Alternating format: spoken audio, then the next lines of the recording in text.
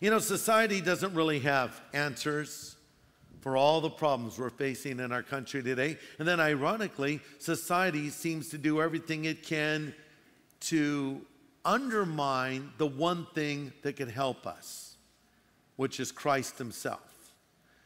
You know, you have people that are caught in our legal system, breaking the law, being sent to jail, getting out, being sent to prison, getting out, repeat offenders.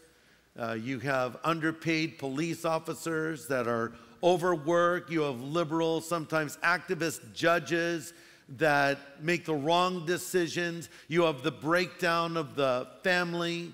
And all of these elements combine together to produce a society that can do very little to change a person's heart, if anything at all. Rehabilitation efforts largely fail. In fact, the only real programs that seem to have long-lasting effects are those that are faith-based, and more specifically, those that are being operated by evangelical Christians that are calling people to faith in Jesus Christ. Society doesn't have the answers. Chain them up. That's all society did. And we don't want to do, put them in chains. That's it. So here's what Satan did. Here's what society attempted to do. Enter the Savior, Jesus. What did he do? He sought them out in their spooky little graveyard and offered them hope. In fact, Luke's account of this same story tells us what happened to the man who was delivered. After the demons go into the pigs and they go over the side of the cliff, this man is changed. And Luke says, they went out to see what had happened, and they came to Jesus and found the man from whom the demons had departed sitting at the feet of Jesus, clothed and in his right mind. And they were afraid. Afraid? Why afraid? They didn't know what to make of it. Wow, look at this guy. You know, it's such a glorious thing when Christ so transforms a life, you can't even imagine that person being what they used to be. You know, sometimes you'll talk to Christians and they just look so together. They're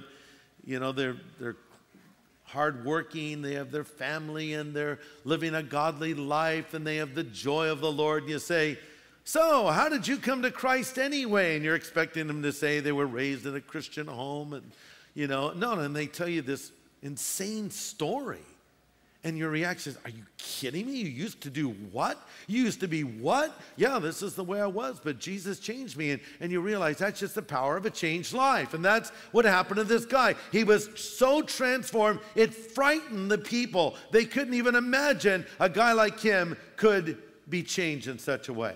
I mentioned those two girls a little bit earlier who came to our crusade. Nikki, suicidal, cutting herself, unable to change, finishes her story.